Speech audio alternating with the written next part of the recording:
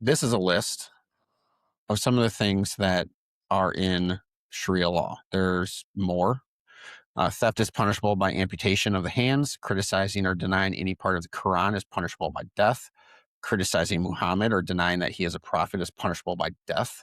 Criticizing or denying Allah is punishable by death. A Muslim who becomes a non-Muslim, surprise, surprise, punishable by death.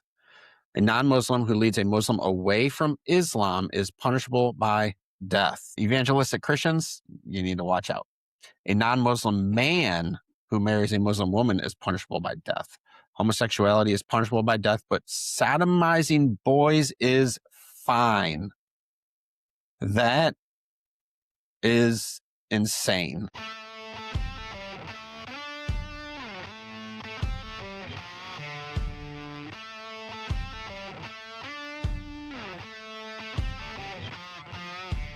Well, welcome to the fourth episode of the American Christian Podcast. I'm Derek. He's Chris. Like and subscribe us on Rumble and YouTube, American Christian Podcast. And also you can listen to us on Spotify and Apple Podcasts. Tonight, we want to kind of follow up with a story that we talked about last week with the San Francisco Giants, with the pitchers that put the Genesis verse on their caps for that night. And there's kind of been some fallout with that still going on. Not really necessarily across the country, but specifically in San Francisco. But we've seen Major League Baseball respond to Senator Josh Hawley, which, to be honest, I'm not going to cover their response with Senator Hawley because we've seen U.S. senators communicate with organizations in the past, and they have a back and forth, and it's all good pomp and circumstance, but really, what really ever comes of it? There might be some teeth to something like this, though, because we've seen, I think the Florida AG has started an investigation into some discrimination behavior with Major League Baseball. So we'll see what kind of happens with that when it comes to Senator Hawley and some of these other attorney generals that might be looking into what's been happening with Major League Baseball. But specifically, it might open the door to see what might be happening in other professional sports organizations, and hopefully will open our eyes to this idea of just playing sports, getting together with family and friends, watching a ball game, and not having to be inundated with social justice messaging, and specifically a social justice message that really only encapsulates 5%, less than 5% of the American population, and those that are lobbying for this kind of stuff, the Pride Nights and all of these different things, is a much smaller percentage of the population, but they hold so much sway over our culture. And so we're seeing Christians stand up for their faith. We're seeing Christians stand up against what they would view as biblically immoral and not participating in those acts, and which is what I would expect a Christian to do. I'm not going to participate. I'm not going to champion your cause. I'm not going to participate in it. And that's kind of it. Now, these players did wear their faith on their sleeve or on their hat, to be more specific, but we're seeing some different things happen. We talked about the York Revolution, who opted out of even wearing the jerseys, which forced them to forfeit the game.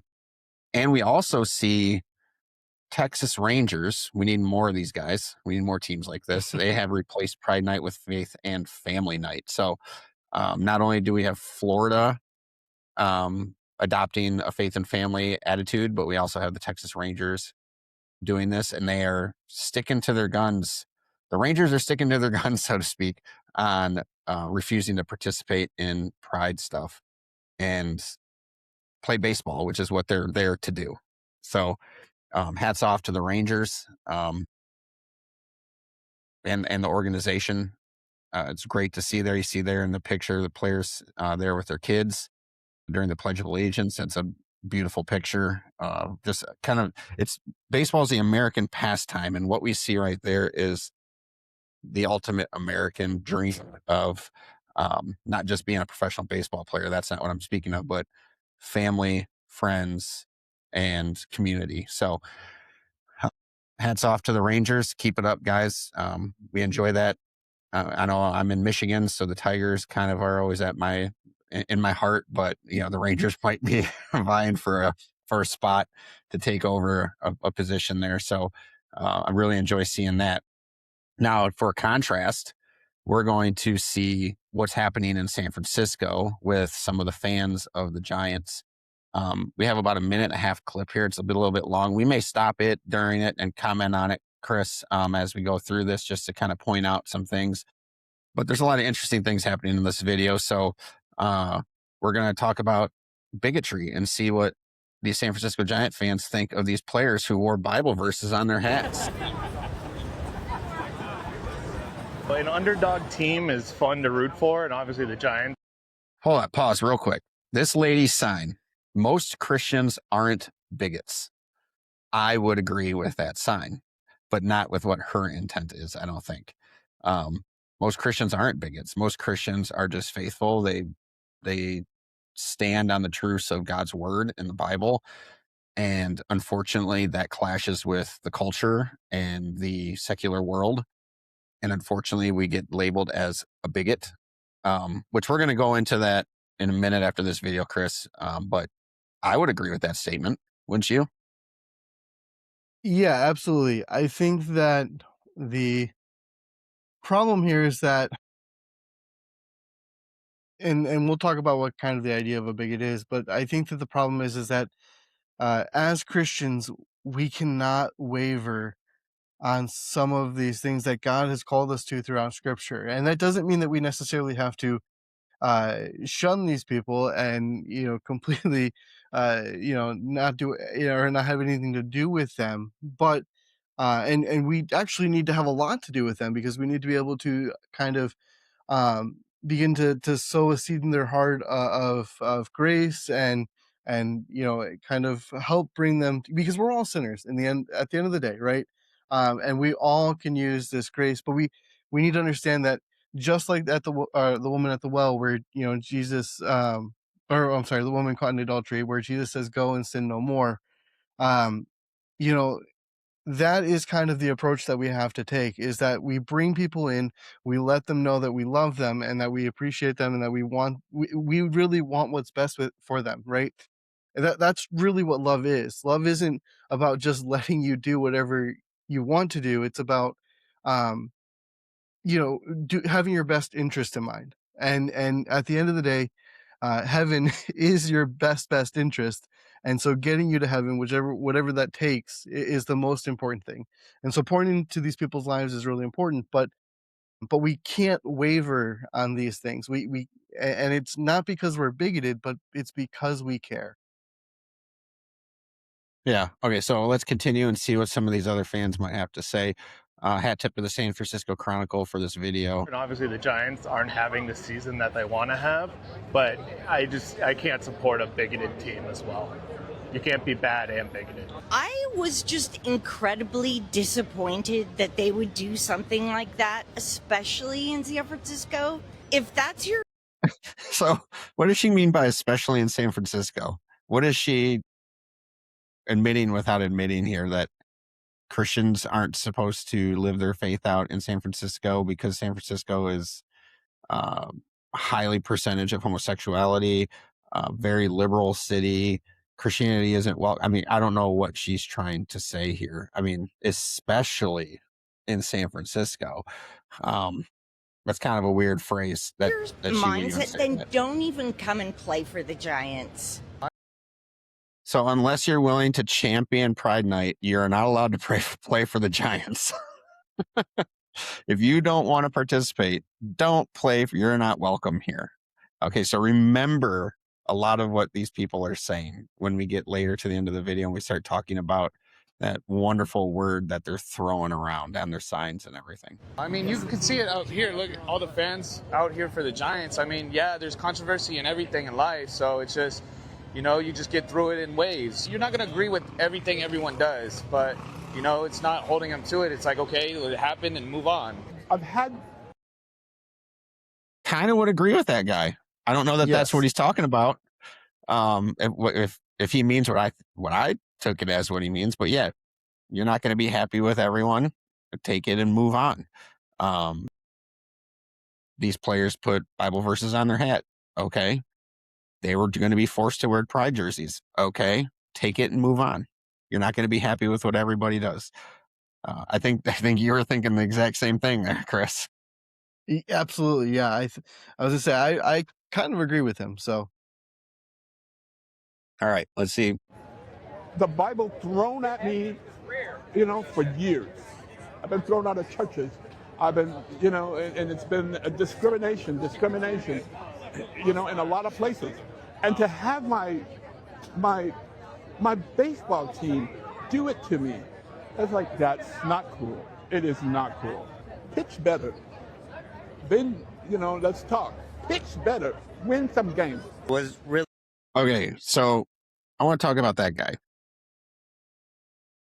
If what he's saying is true, then on behalf of all of the Christians in this country, if you've had a Bible thrown at you because of who you are and how you're living your life, I sincerely apologize. There are horrible Christians in our country. Throwing a Bible at somebody based on anything that you might think that they're living their life that is contrary to God's word is not a Christian behavior. So if you're doing that, you need to knock it off. You're giving a bad image to the image of to God, to Christ. You're bringing a bad influence or reputation to the body of Christ. This is not the behavior of a Christian. Now, secondly, he talks a lot about it's been discrimination. I've been kicked out of churches. Is that because you walked into a church and they're preaching biblical truths that might be pricking at your conscience a little bit and you don't like it? So you're not getting the affirmation that you're looking for. So you leave the church thinking you've been discriminated against. We have to remember that churches are going to preach the truth, but we now have churches in this country where this gentleman might actually find a welcoming environment to, where all are welcome. Chris, I don't know if you've driven by churches in your area, but they have the pride flag hanging off of it. Love is love. You're going to be loved here. All are welcome here. And the phrases are fine. Yes, all people are welcome at all churches. That shouldn't be a question. I don't even know why we would debate that only certain people want. It's not an exclusive club to come to church. If you want to go to church, go to church. No church should tell you otherwise. You're not welcome here. If you're like a visitor, if you're a first time person coming in, they shouldn't look at you and say, leave. There might be, I'd rephrase that. There might be some very extenuating circumstances where someone walks through the door and just may have this behavior of being dangerous of some sort. For like in our church, for example, with our security, but we wouldn't stop them at the door and turn them away. A red flag might go up and we're going to keep an eye on this person because we don't know who this is. They're acting funny. It's their behavior, not necessarily anything else about them. So this gentleman talking about some of the things that he's dealt with, if what he said is true, again, I apologize for that. But if you're talking about discrimination from a standpoint of you don't like the truth that's being preached from the pulpit, that's not discrimination. You're refusing to listen to what the truth is. What really makes me angry is that there hasn't been a word of support from the Giants management, from any of the other Giants players, from people like Buster Posey. He's saying he just wants to talk about baseball, but that's not good enough. It's not good enough to just talk about baseball when you're a professional baseball team. I mean, this kind of stuff is getting kind of ridiculous. It's getting kind of old. I'm getting so fatigued over that this community of people, the LGBT community, the pride community, whatever you want to call them, they have, as I mentioned, they represent such a small percentage of the general population of Americans. Yet the platforming that they are given through professional sports, through Hollywood, through any, name an industry that would be in the public eye, that they are given that platform through. And even if we go outside of thinking of Hollywood as far as just film and television, we look at streaming services. We just saw a story where the executive of Netflix was being questioned and was asked why. I might get this number wrong, but it was some high percentage, like 68 or 73% of the content on Netflix was LGBTQ related and geared towards children. Or 73% of the children's content had an LGBTQ message. That's, I think, what the statistic was. So to say my baseball team is not a platform for my social justice messaging, and all the executives want to do is talk about baseball. I mean, what a novel idea that the industry, the product or service that you are offering within your specific industry is what you want to focus solely on. Right. So now we see the word bigot. Bigot originally meant a sanctimonious or religious hypocrite. That was from the 1590s. That's the etymology of the word. So we see a sanctimonious or religious hypocrite, somebody who preaches what they isn't practicing what they preach, was originally termed a bigot. But now we have it as defined as a narrow-minded person who obstinately adheres to their own opinions and prejudices, or who strongly and unfairly dislikes or feels hatred towards others based on their group membership. Now, this is being held, I think, as a one-way bigotry. It's ironic that they don't see their own bigotry in what they're doing. They are, by definition, strongly and unfairly disliking or feeling hatred towards players or a team on their group membership or their their Christian faith. But we see this all the time. Bigotry. You're a bigot. You're a fascist.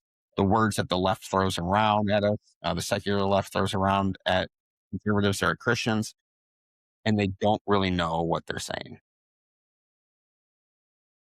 So it's a little ironic that they don't recognize their own bigotry in this, Chris. Yeah, and it this guy, like you were just saying, like this is what we've been saying all along. Let baseball just be baseball. Like and for him it's not enough. And it's just like if if they didn't make the Giants team wear pride hats, then on the opposite side, I'm sure that the Giants players would have never had to put the Bible verses to give some context into what the rainbow actually meant. Now, it's, and again, they are absolutely like this gentleman, and again, you made a great point with him. He's obviously been hurt by the church, right? But now he has this idea that the church is utterly evil and against him, and he wants nothing to do with it. And it's so sad, and I feel bad for him because I mean, everybody needs to get to church, right? Everybody needs, but obviously somebody did something wrong and didn't want to have these discussions with him about how they truly loved him, and instead they made him feel unloved and pushed him away. But again, they are unhappy because the Bible verse got put on the hat, right? They're bigoted in the aspect that we can't do that. If it can only be one way. Like we only pride hats, with rainbows. That's it. It can't go the opposite way. And so it's like they're closed off and closed-minded to any sort of pushback to their agenda. And notice the distinction between what the fans are saying and what the organization said. Now, the organization's going to say anything to kind of cover themselves. Well, we're not necessarily upset about the message. We are disciplining the players based on altering their uniform.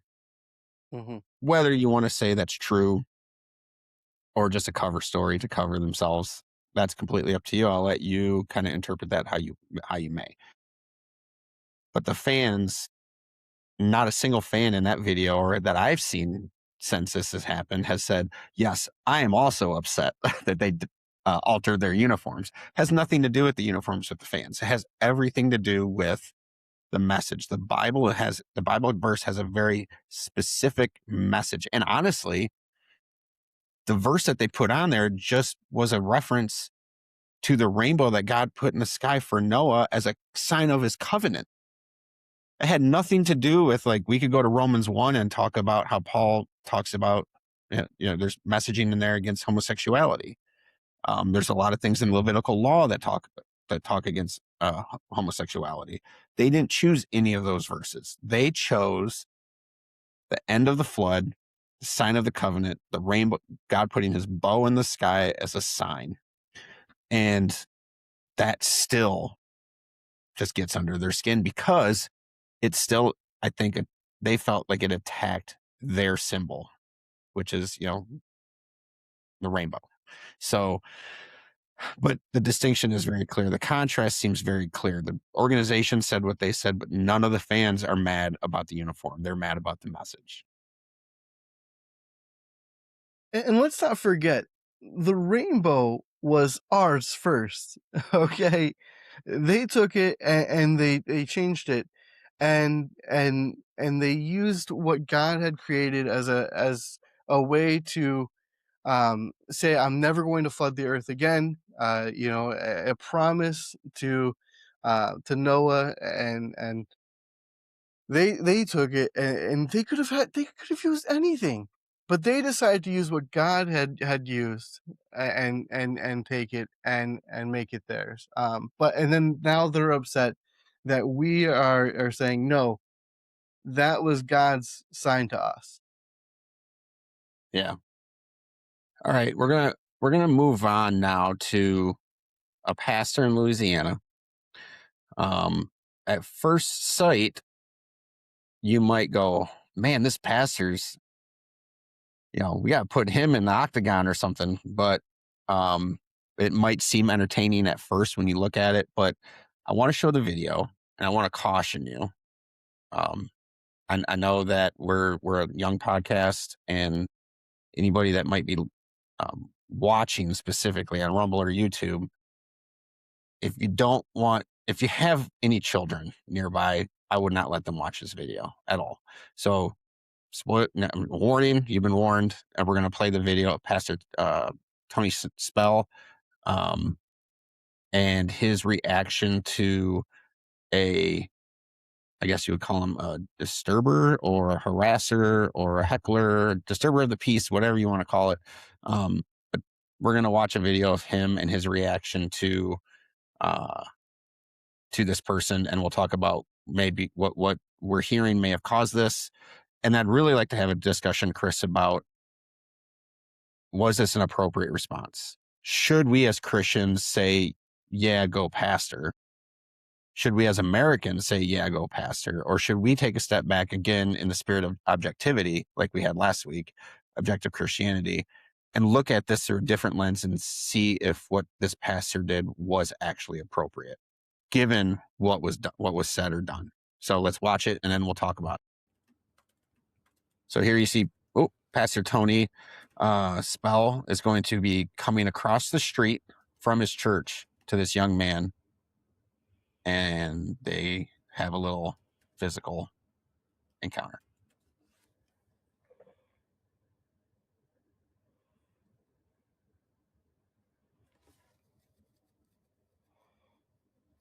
Okay, so in the video, we see Pastor Spell crossing the street. We see cars going by, so we know that this is at least a fairly busy street. From what I'm hearing, his church is across the street from where he's coming from, and this young man lives at the house that on the property that he's standing on. And what was said was, this young man said to the pastor, I'm going to rape your wife, I'm going to rape your children, and the next time that you go out of town, I'm going to kill them. That's what sparked the reaction from this pastor. So there's a lot of things that we have to consider, I think, here in this actual in this story. And one of the things that I think we have to understand is that one of the mistakes that Christians often make is assuming that if we don't, if we sympathize with someone's motives, we must also defend their actions.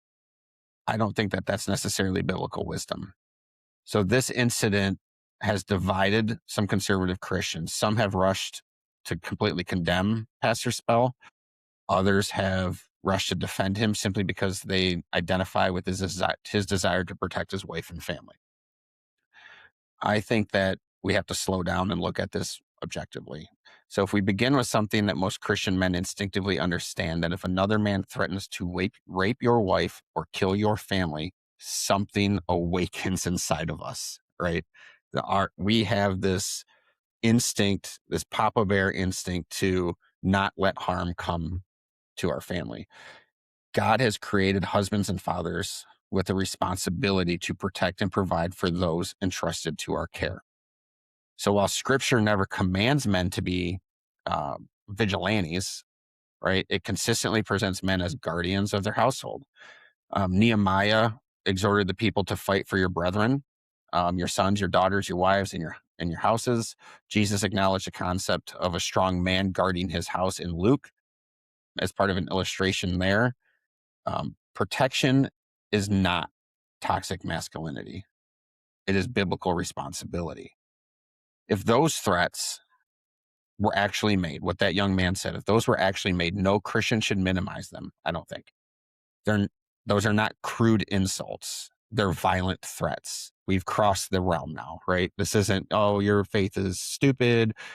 Jesus is dumb. He's not heckling the pastor from across the street. He made violent threats against this man. So a husband who takes such words seriously, I don't think is irrational. But we have to understand that this instinct does not automatically justify every action that follows. This is where I think Christians must be careful not to let their emotions replace biblical discernment. So supporters of Pastor Spell have pointed to the allegations that this young man had been harassing church members and leadership for an extended period of time. We don't know if that's true, but if that's true, then this incident did not happen in isolation. There's been a long history of harassment. There's been precedent set, and that precedent can change how people perceive danger. Patience may have already been exercised many times before this confrontation took place. At the same time, we have to acknowledge another reality. If there truly was an ongoing pattern of harassment, we're not seeing any reporting of a paper trail with the police, with any other authorities, with any complaints that were lodged. There's no witness statements on file. We have word of mouth from the congregant saying, yes, this kid had been harassing us. But from what I remember from reading from the story, one report had been filed with the local police department over the past, I think, 2 or 3 years or something like that. Perhaps more reports exist and they haven't become public yet. If not, and maybe not. But as of now, much of the public defense rests on allegations rather than actual evidence. And as Christians, I think that should matter. Scripture repeatedly teaches that serious matters should be established by evidence and witnesses. Deuteronomy declares that one witness shall not rise against man concerning any iniquity or any sin. By the mouth of 2 or 3 witnesses, the matter shall be established. Paul instructs the church concerning accusations against elders that it should be done within 2 to 3 witnesses. The biblical principle is clear that justice requires some form of substantiation, not assertions. Then there's another difficult fact that we have to wrestle with, Chris. According to publicly available information, and we see it in the video, Pastor Spell crossed the street before the physical altercation occurred.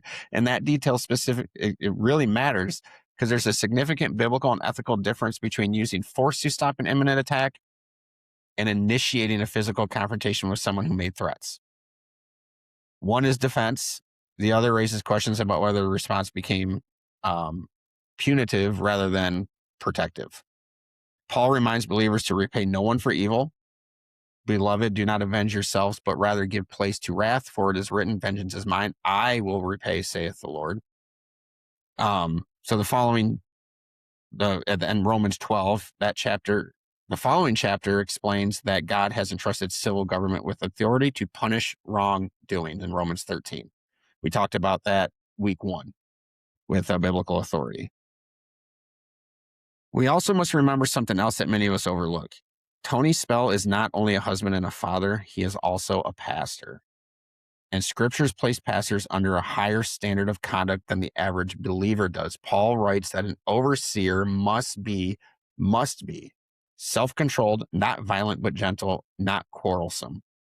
And in the same way, in Titus, another pastoral, we can read that an elder must be not self-willed, not quick-tempered, not violent, but hospitable, a lover of what is good, sober-minded, just, holy, self-controlled.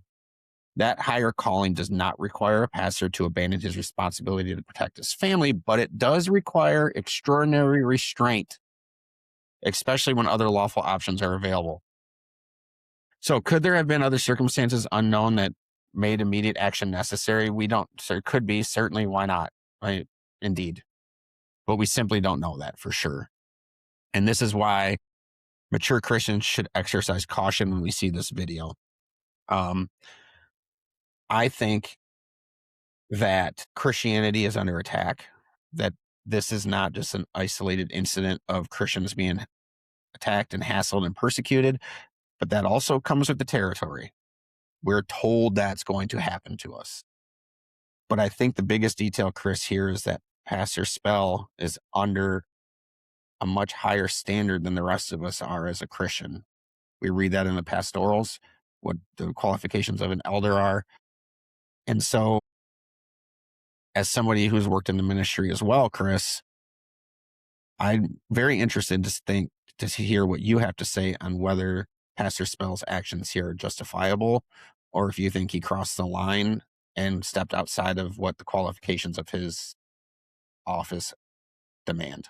Yeah, this is extremely difficult to kind of wade through because there's a lot of things going on here. If the allegations are true, then we can understand some of the response that shows up within Pastor Spell. Now, again, you would think that there would be a paper trail that would show these complaints being created.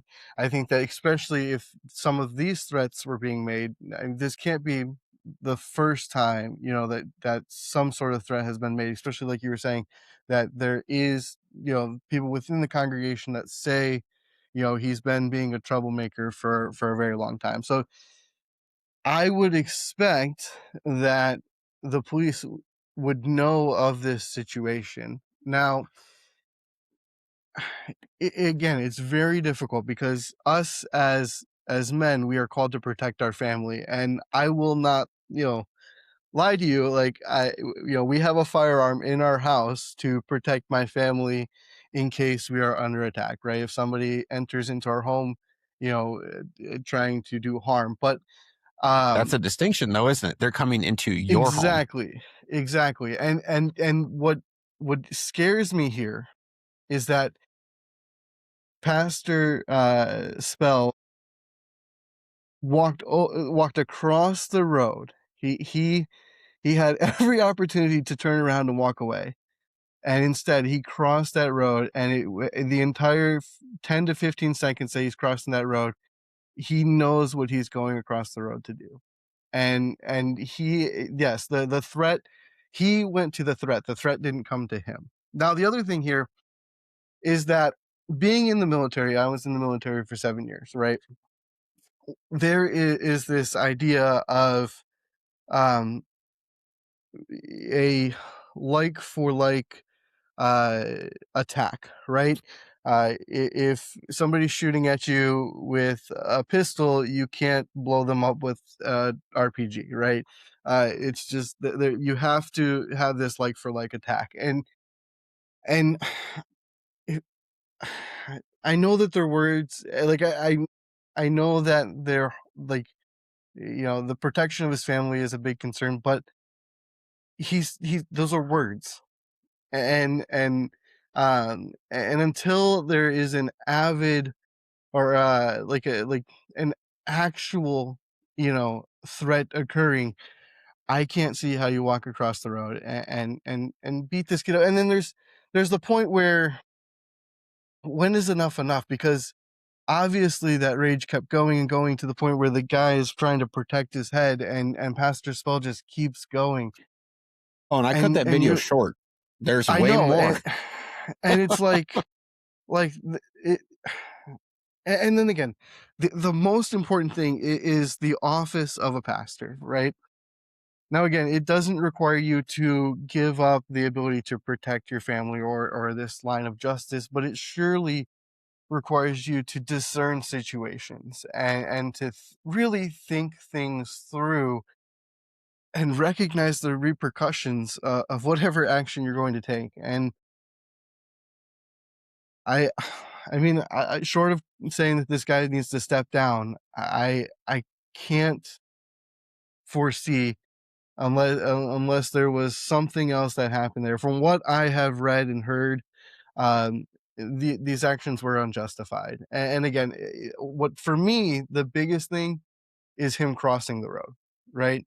If the guy had come to him, if the threat had come to him, that might be a different story. But obviously, there was being yelling across the road, and Pastor Spell took it upon himself to go to the threat and take it into his own hands. And for that, I think that Pastor Spell needs to maybe do some inward thought on kind of how he could have addressed that situation a whole lot better. Yeah, and I think there would have been a difference if it would have been a congregant. As we already mentioned, the higher standard that a pastor is to uphold to, as in the office of an elder or lead elder or whatever, pastor, whatever, bishop, whatever label you want to put on it, whatever biblical term you want to pull. There's just small details in this story that matter. Like you were saying, he crossed the street. The threat didn't cross the street to him. He's a pastor. He's not a congregant. If a congregant crossed the street and beat the snot out of this kid because of what he was saying about the pastor, like, I need to protect my pastor and his family, it's still going to be a story. But I think you and I are having a different conversation on whether or not this is a justifiable action of a Christian. And maybe, we do not find moments of scripture where the disciples carried swords. We know that they carried swords. Not only were they permitted to, but in the Garden of Gethsemane, when Jesus was arrested, Paul pulled a sword to defend Christ, and Christ didn't necessarily condemn him for carrying the sword necessarily. He intervened because Peter, excuse me, was interfering with God's will in that moment. Jesus said, no, this has to happen. So if it wasn't the night of his arrest, and which was leading to his crucifixion and everything that underlies the Christian faith, that is the foundation of Jesus's crucifixion, burial, and resurrection, the gospel itself. If Peter was defending Christ any other time, there may have been a different conversation. We can't prove that, but we know that they were permitted to carry swords. But Jesus also talks about pounding the dust off your feet and turning the other cheek. So you and I as Christians have to try to understand what we are permitted to do as far as self-defense is concerned. Because I think that Christians in the world, and specifically in our country, because that's what you and I are talking about, is within our own culture. And you mentioned having a firearm to defend your family. Well, there are many Christians out there who think any form of self-defense violates your Christian faith of turning the other cheek and living in peace. Well, it's, if at all possible, live peaceably among all men, right? We have to, he who doesn't provide for his own is worse than an infidel. That could be providing protection.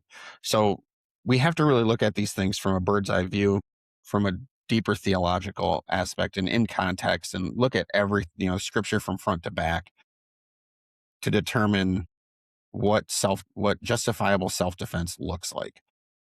Jesus exercised anger because people were desecrating God's temple, God's house. right? So that would what we would call, you know, Righteous in, anger almost. righteous indignation. Thank you. Yeah, that we would call that righteous indignation. Some Christians take that of saying, well, Jesus went in there and whipped people and turned over tables. Well, that doesn't give you a license for anger and outbursts either. So we have to be very careful with this. But I think the distinction you made, he crossed the street. And then on top of that, the fact that he's the pastor and has held to a higher standard here, I think I agree with you that Pastor Spell has to do a lot of prayer, and maybe even trying to find another pastor or somebody that he can talk to and kind of work these things out. Um, I believe this is the same Pastor Spell that during COVID was refusing to adhere to lockdown orders and was keeping his church open and doing different things there. When I was investigating the story or looking into the story, I believe his name popped up during that too. So um, I'll fact check that one, and if I'm wrong, and I'll fix it next time. But so he has a history from COVID, if it's the same Pastor Spell that I remember, of people could say, well, he was violating his Romans 13 requirement to obey the authority above him, which would have been the lockdown orders by the government. He viewed those as immoral and wrong and violated his duty to preach God's word. So yeah, this is a bad situation, I think, and I think that as Christians we have to be careful in completely blindly supporting and condoning this, because we have to look at this and think, does this actually provide a good image for the body of Christ, and what one of God's shepherds that he puts here for his congregation, if this is the behavior that he expects of them? And I don't think that it is. However, but then you get complicated because it's like you said, what other options does he have? He could go file a report. This guy threatened my family. Well, are the police going to go and do anything to this kid? No, because he actually hasn't acted on the threat. So when the next time Pastor Spell goes out of town, what is the only time the police going to react is if the kid actually goes into the house and does what he said he was going to do, but now it's too late because his wife and his kids are dead. So it's a tricky situation. The police have their hands tied as far as what they can do legally. I mean, they can do drive-bys and they can keep an eye on the kid and they can do that, but I don't know how much resources they can spend to do that. I don't know how big this community is. I don't know what they can do. So yeah, it's definitely a complicated issue.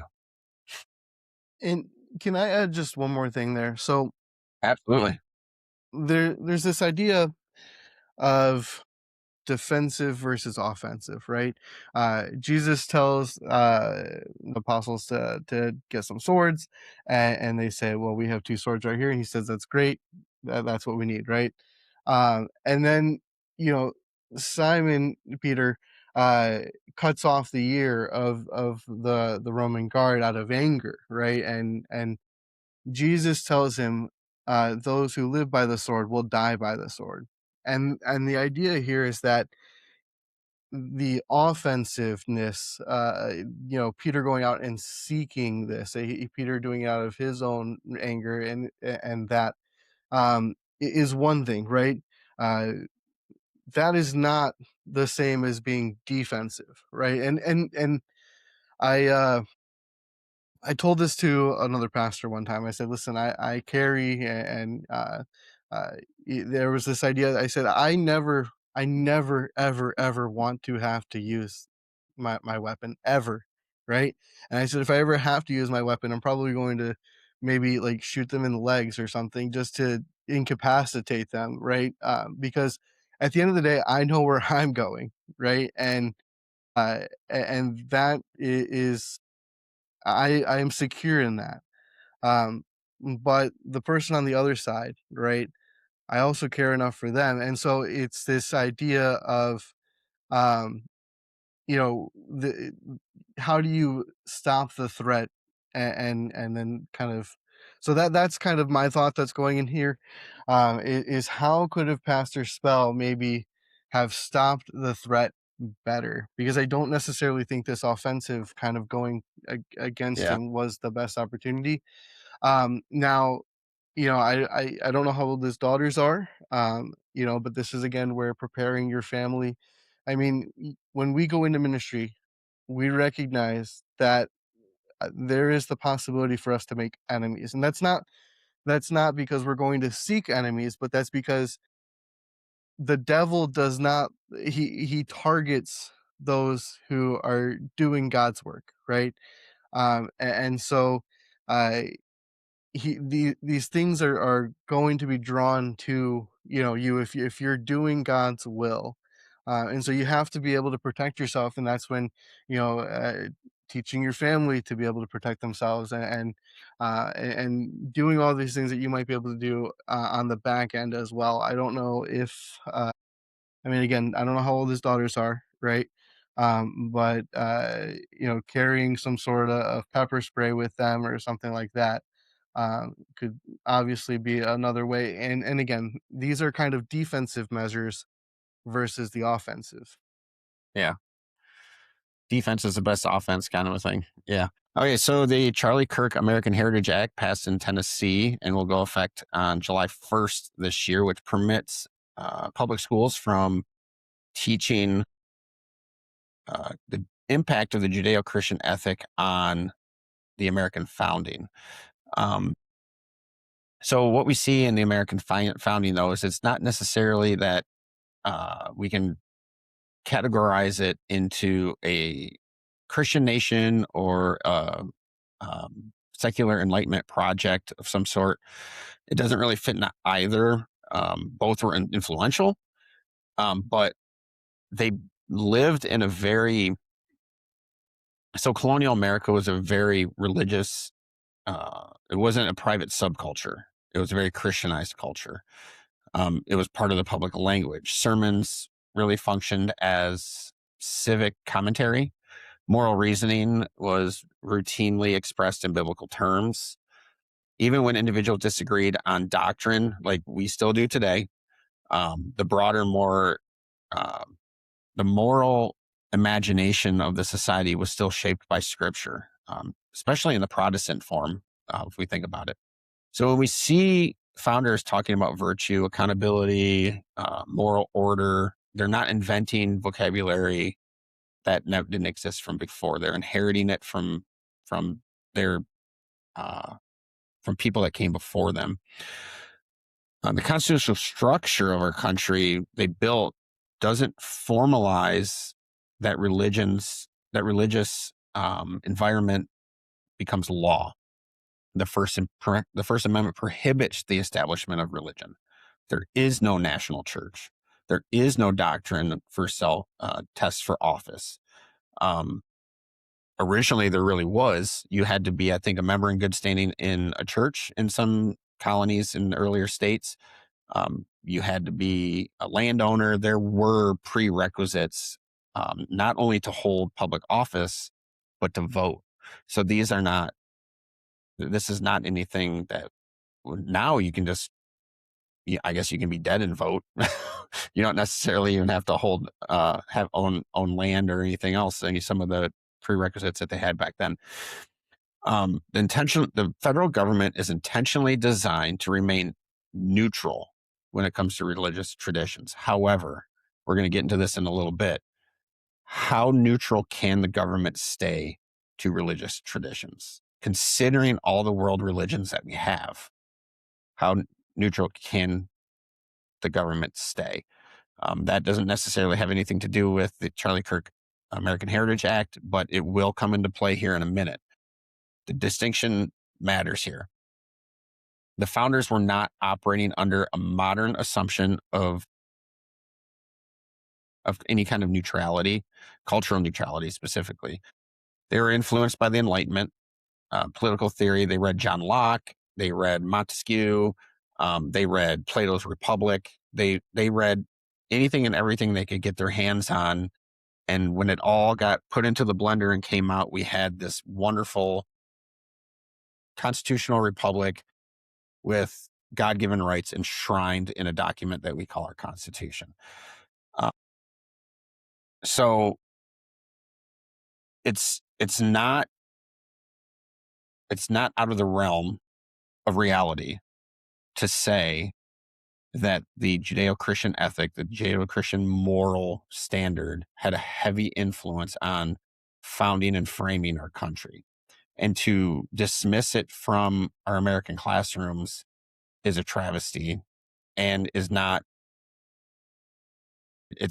truthful to the history of our country. The Republic can only survive by good and moral citizenry.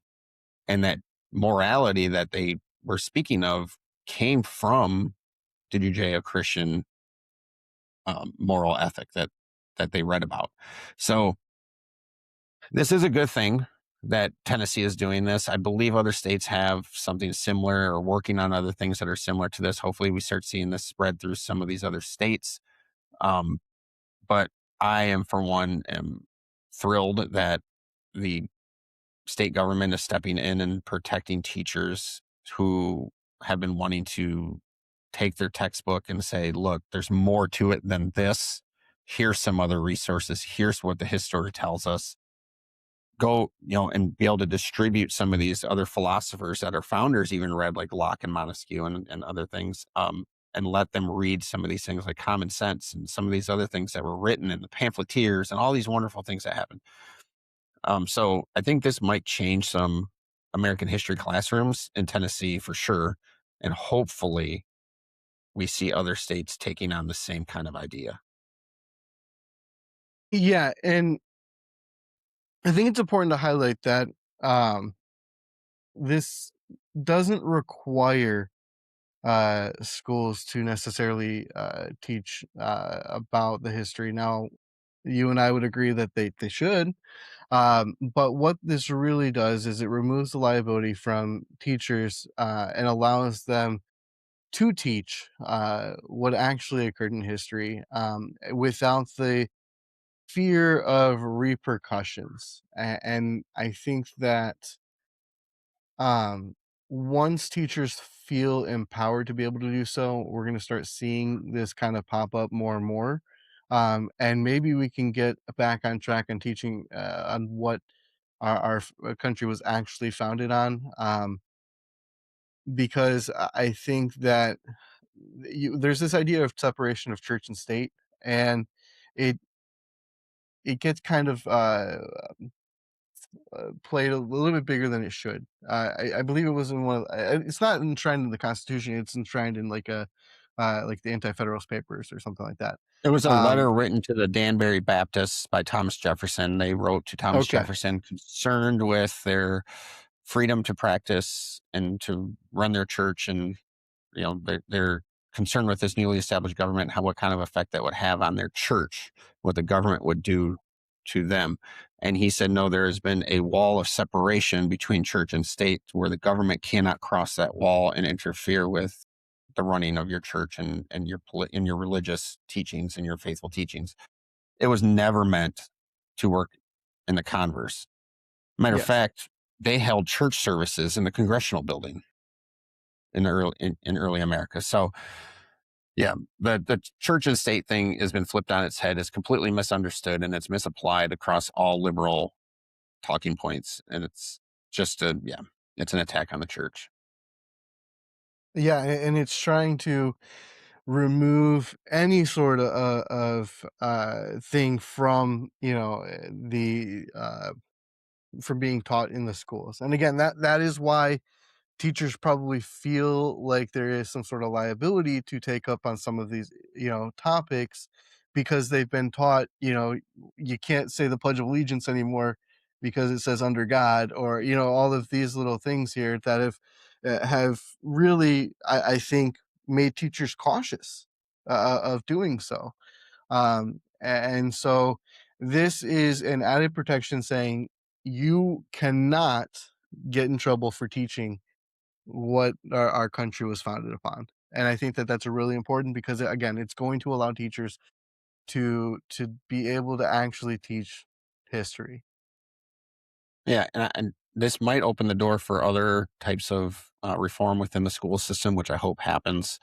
The public schools are a mess, and it's increasingly difficult, I think, as a Christian parent to send your children to a public school system. Now, there's many parents that don't have a choice, and that's completely understandable.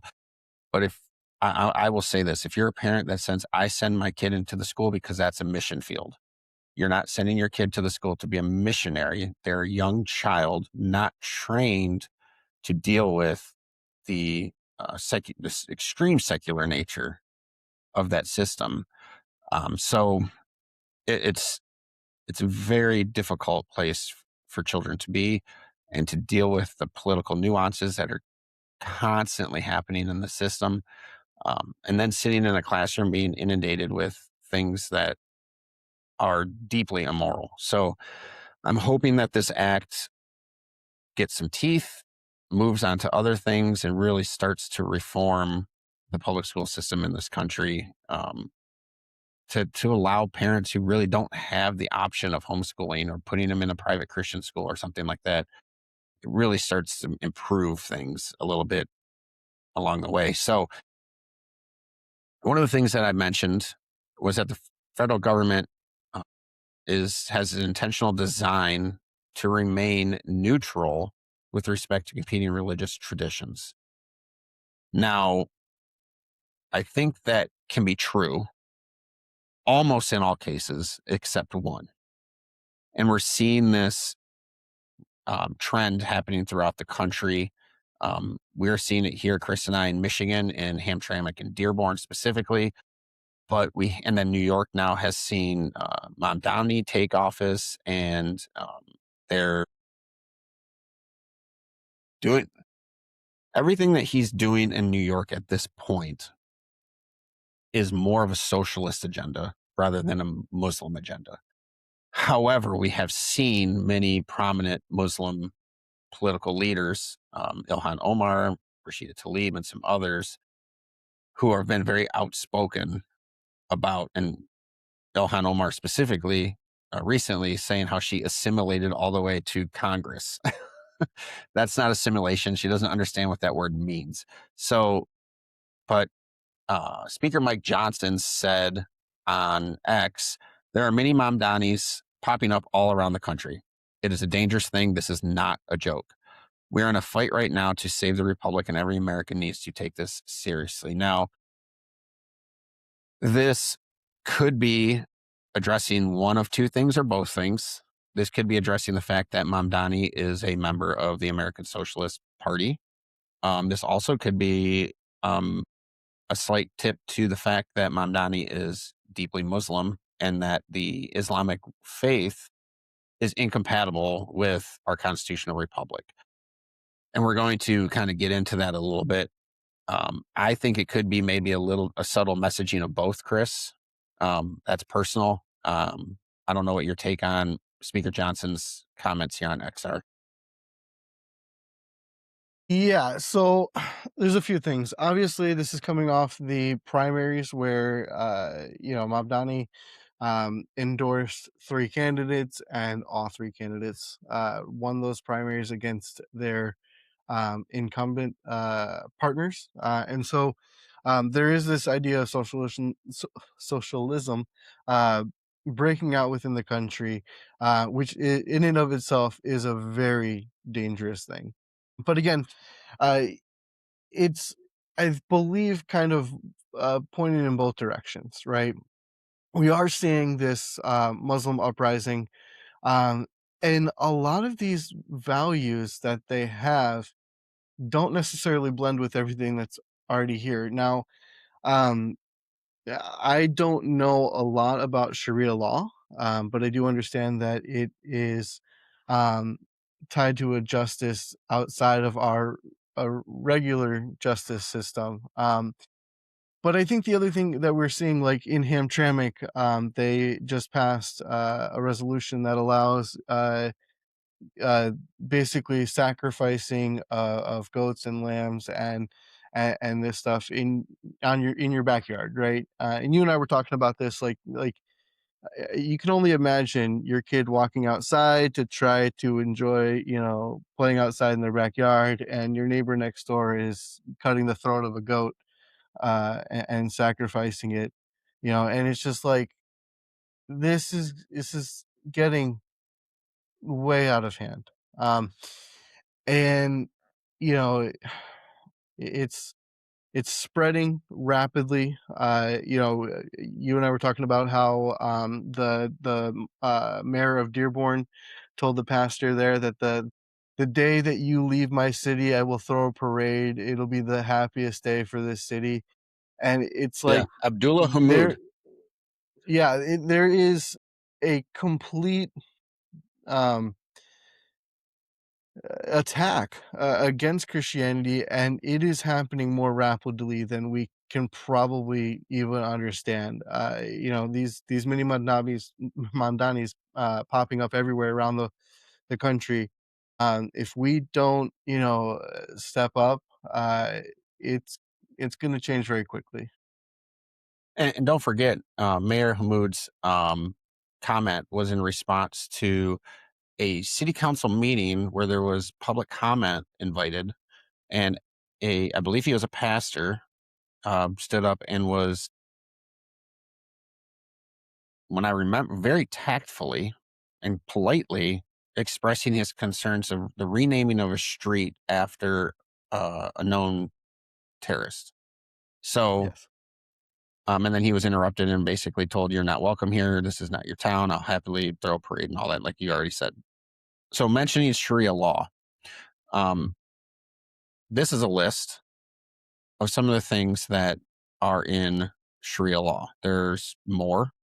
A theft is punishable by amputation of the hands. Criticizing or denying any part of the Quran is punishable by death.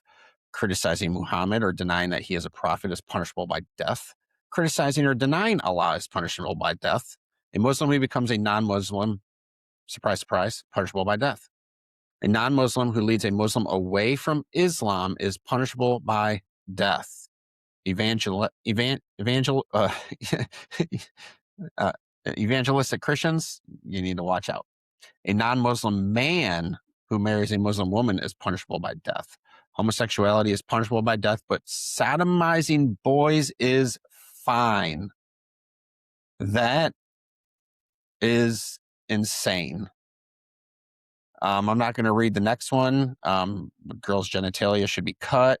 I'm not going to read it the way it's written there. You can read it if you're watching. Girls can be sodomized until and raped after 8 years of 8 years. A woman or girl who has been raped cannot testify in court against her rapist. Testimonies of 4 male witnesses are required to prove rape of a female. 4 male witnesses in Sharia law. You think those 4 men are going to say anything about the guy? I doubt it, because they're allowed to do the same thing themselves if they want. A woman or a girl who alleges rape without producing 4 male witnesses is guilty of adultery. So if you're a woman and you get raped and you cannot provide male witnesses, you are an adulteress. A woman or girl found guilty of adultery is punishable by death. Here we go. You're a young girl. You get raped under Sharia law. You can't provide 4 male witnesses. You're an adulteress. You're going to get executed because you got raped. You're the victim in this situation.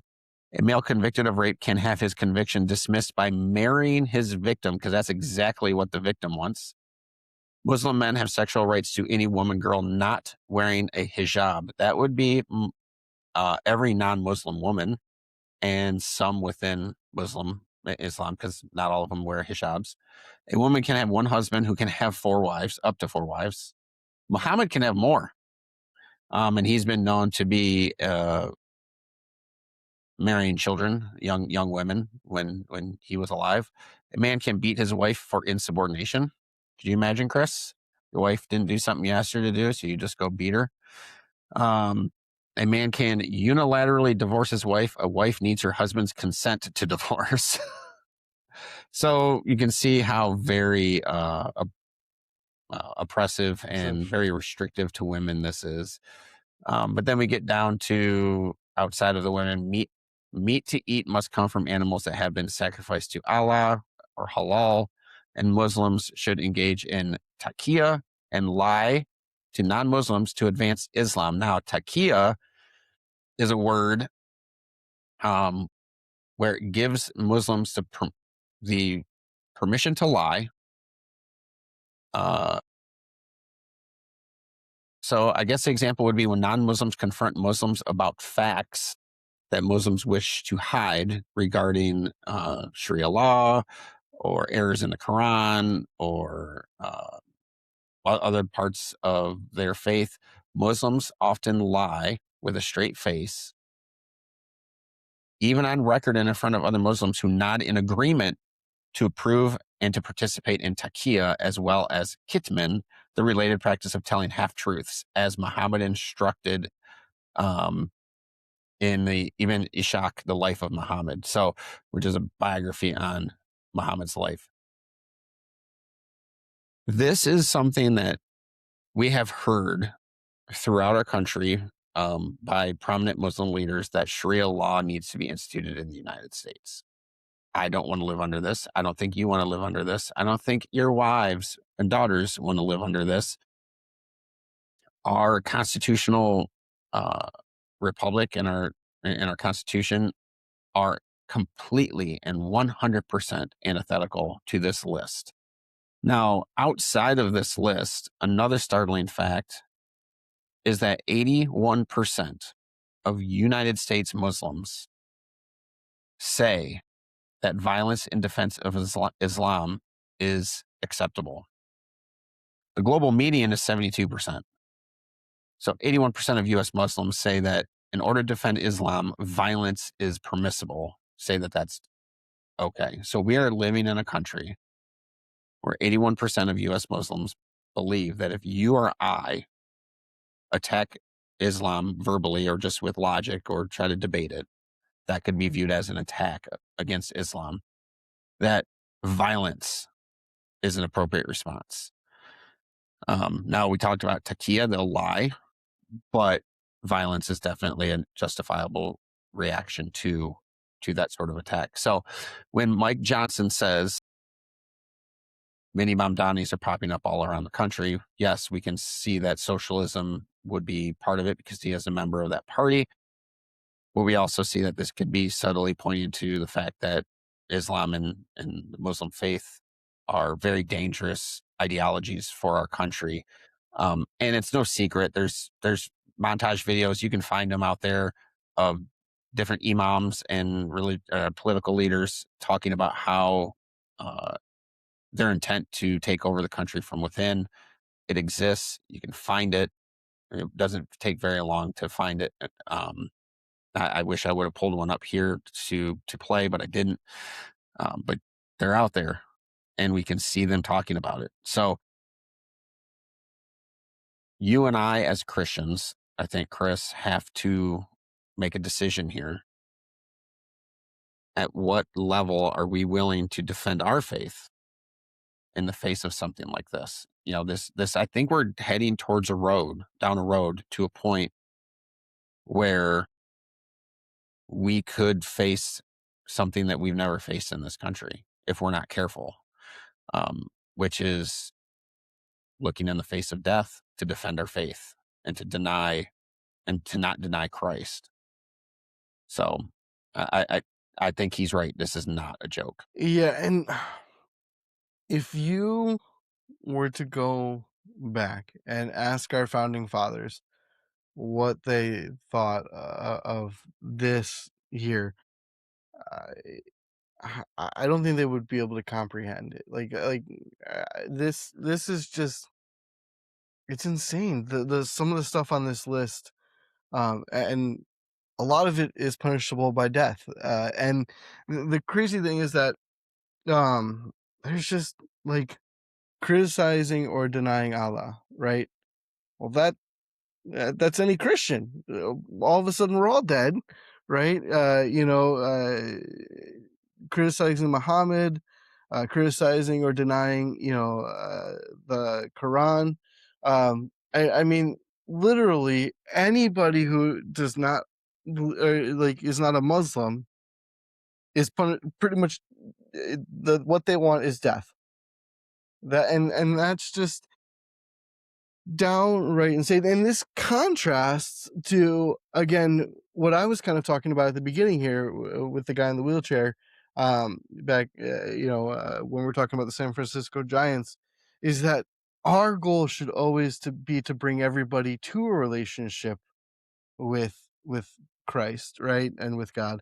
And their idea here is that you either are or you aren't. You're either dead or you're a Muslim. And it's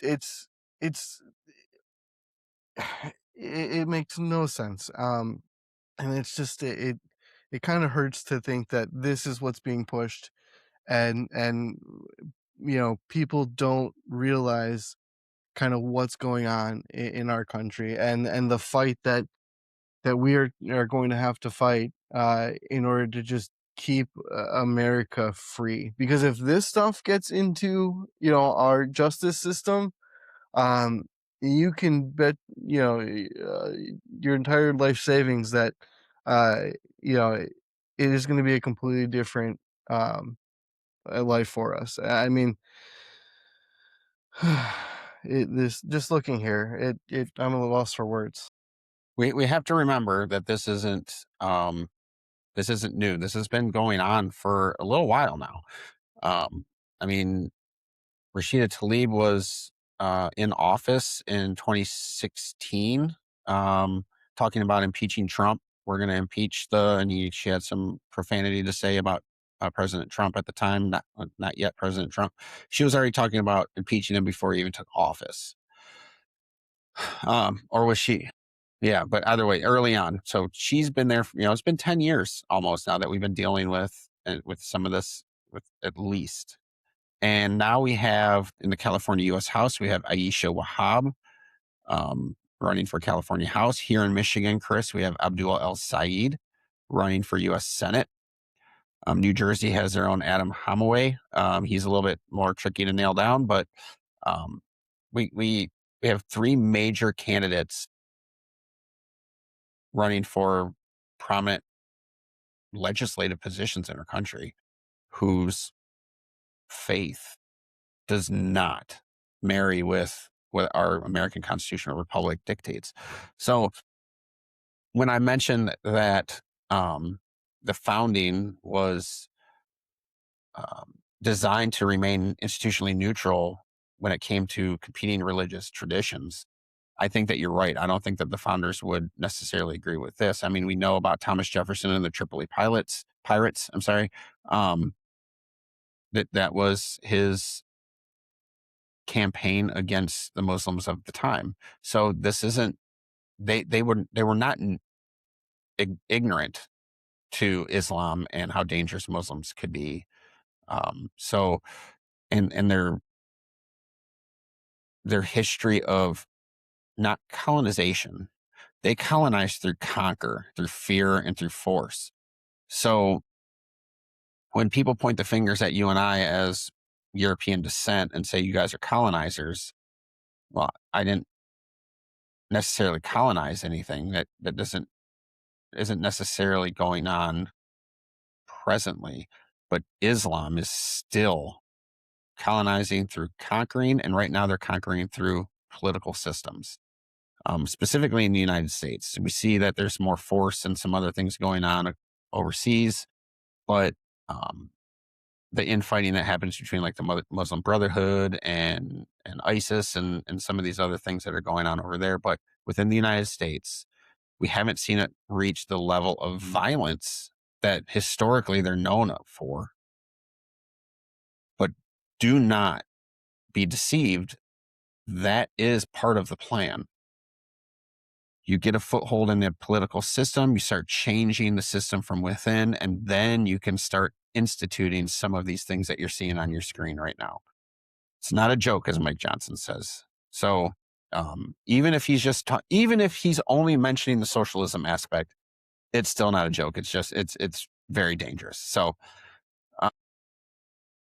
we as Christians need to be very vigilant. Again, we need to get out to the polls. The three states that I mentioned, just now mentioned, with California, Michigan, and New Jersey.